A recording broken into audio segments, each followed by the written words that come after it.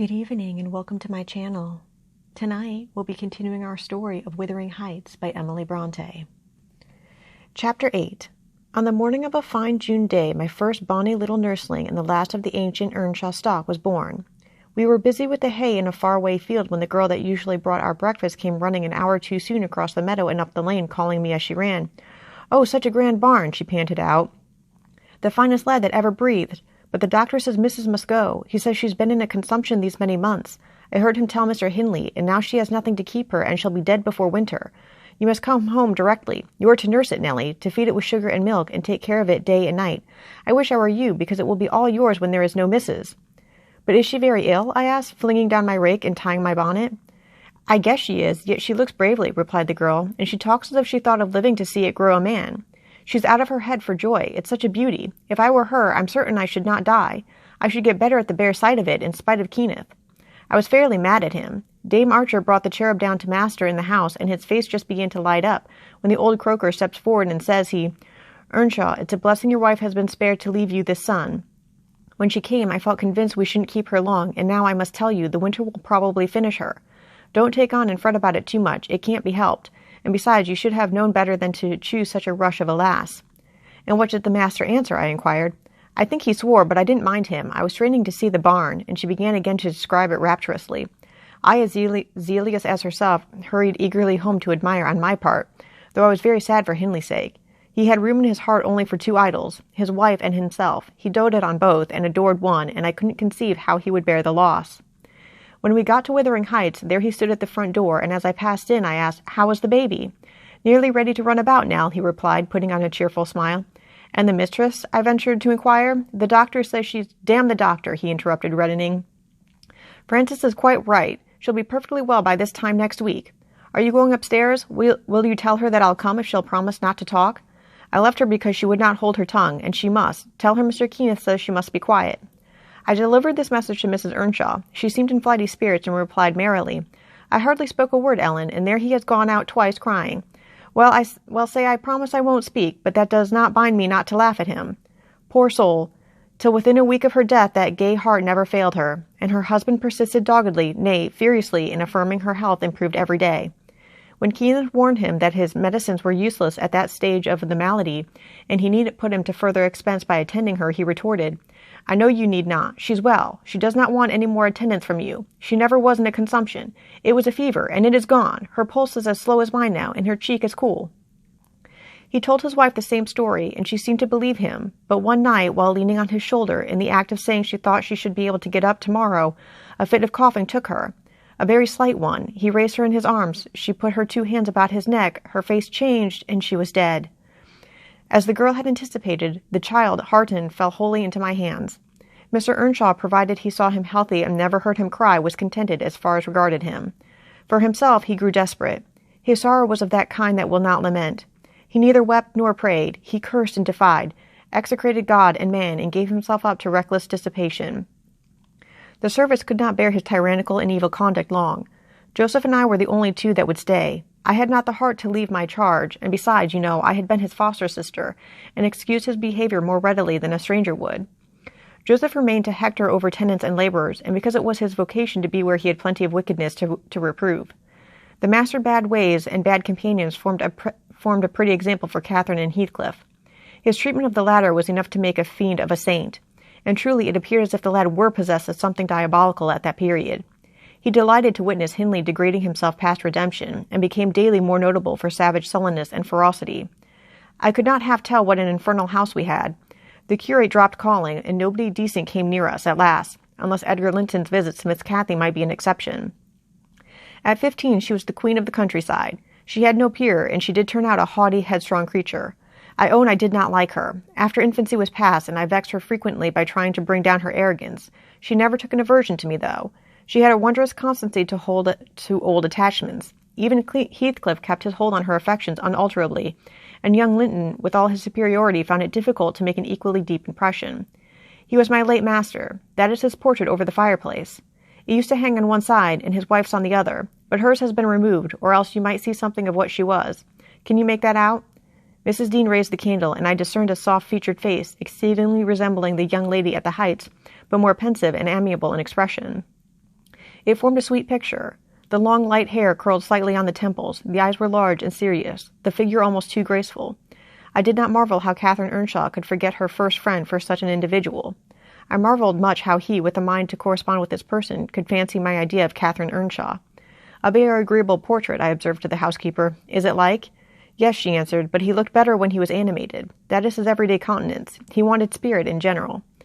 Catherine had kept up her acquaintance with the Lintons since her 5-week residence among them, and as she had no temptation to show her rough side in their company, and had the sense to be ashamed of being rude where she experienced such invariable courtesy, she imposed unwittingly on the old lady and gentleman by her ingenious cordiality, gained the admiration of Isabella and the heart and soul of her brother, acquisitions that flattered her from the first, for she was full of ambition, and led her to adopt a double character without exactly intending to deceive anyone. In the place where she heard Heathcliff termed a vulgar young ruffian and worse than a brute, she took care not to act like him, but at home she had small inclination to practice politeness that would only be laughed at, and restrain an unruly nature when it would bring her neither credit nor praise. Mr. Edgar seldom mustered courage to visit Wuthering Heights openly. He had a terror of Earnshaw's reputation, and shrunk from encountering him, and yet he was always received with our best attempts at civility. The master himself avoided offending him, knowing why he came, and if he could not be gracious, kept out of the way. I rather think his appearance there was distasteful to Catherine. She was not artful, never played the coquette, and had evidently an objection to her two friends meeting at all. For when Heathcliff expressed contempt of Linton in his presence, she could not half coincide as she did in his absence. And when Linton evinced disgust and antipathy to Heathcliff, she dared not treat his sentiment with indifference, as if deprecation of her playmate were of scarcely any consequence to her. I've had many a laugh at her perplexities and untold troubles, which she vainly strove to hide from my mockery. That sounds ill-natured, but she was so proud it became really impossible to pity her distress till she should be chastened into more humility. She did bring herself finally to confess and to confide in me there was not a soul else that she might fashion into an adviser. Mr. Hindley had gone from home one afternoon, and Heathcliff presumed to give himself a holiday on the strength of it.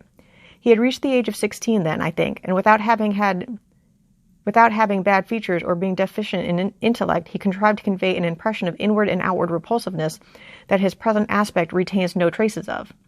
In the first place, he had by that time lost the benefit of his early education.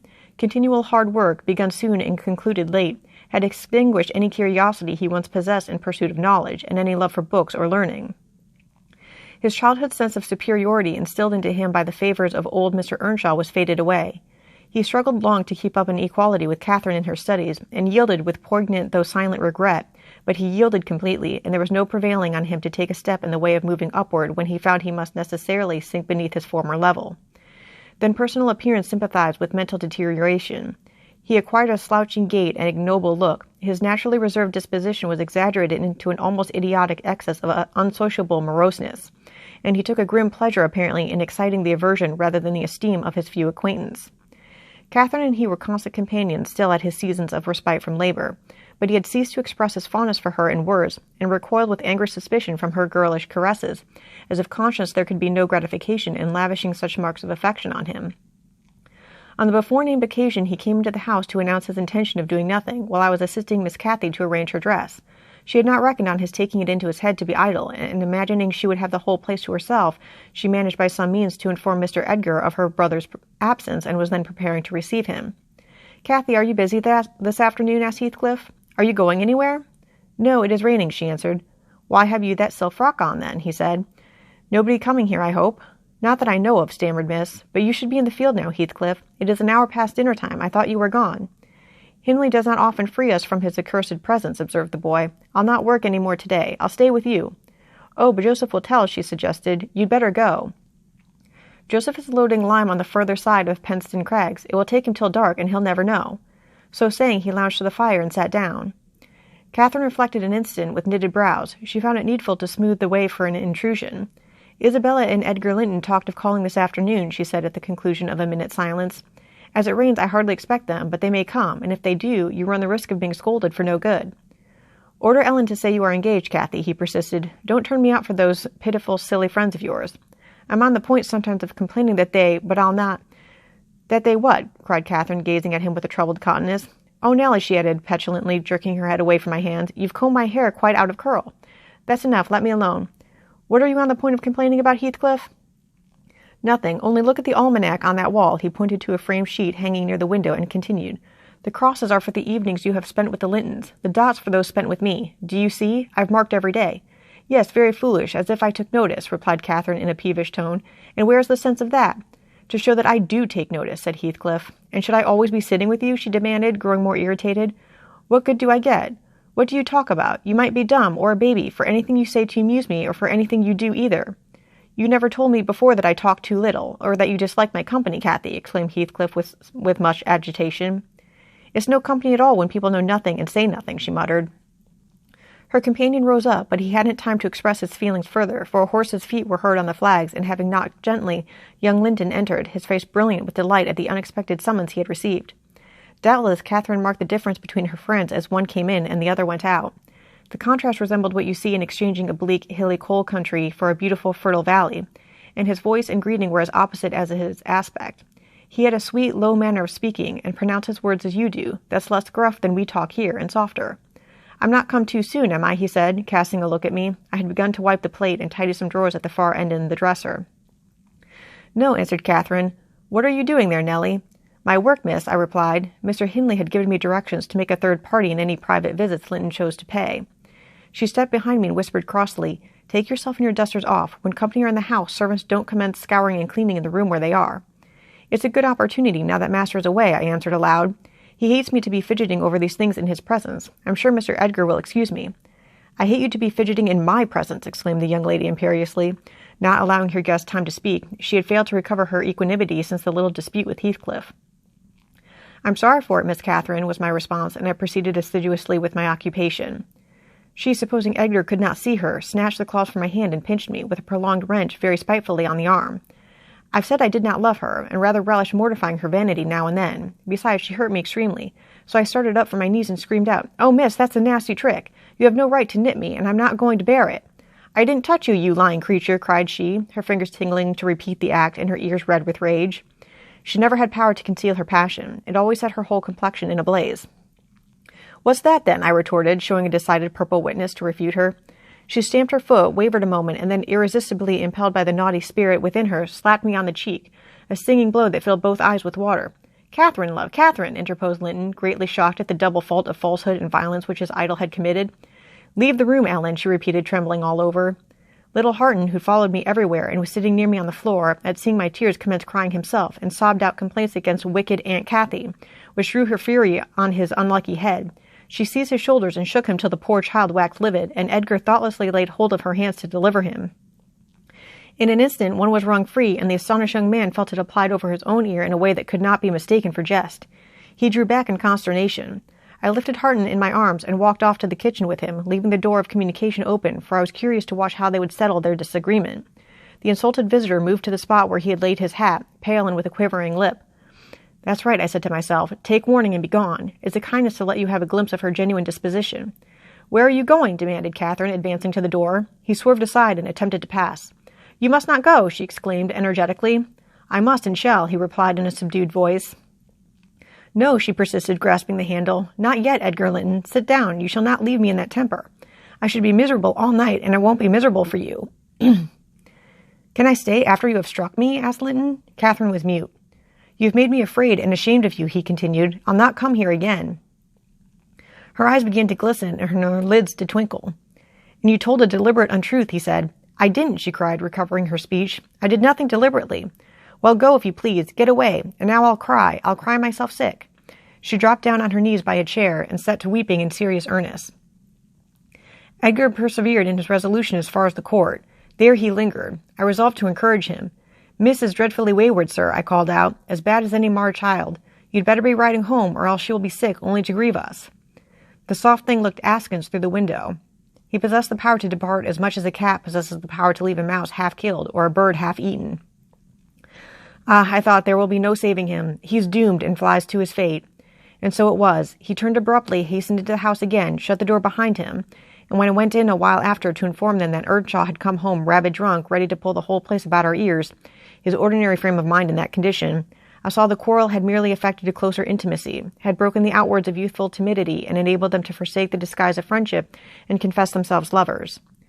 Intelligence of Mr. Hindley's arrival drove Linton speedily to his horse and Catherine to her chamber. I went to hide little Harton and to take the shot out of the master's fowling piece, which he was fond of playing with in his insane excitement, to the hazard of the lives of any who provoked or even attracted his notice too much. And I had hit upon the plan of removing it, that he might do less mischief if he did go the length of firing the gun. Thus ends Chapter 8.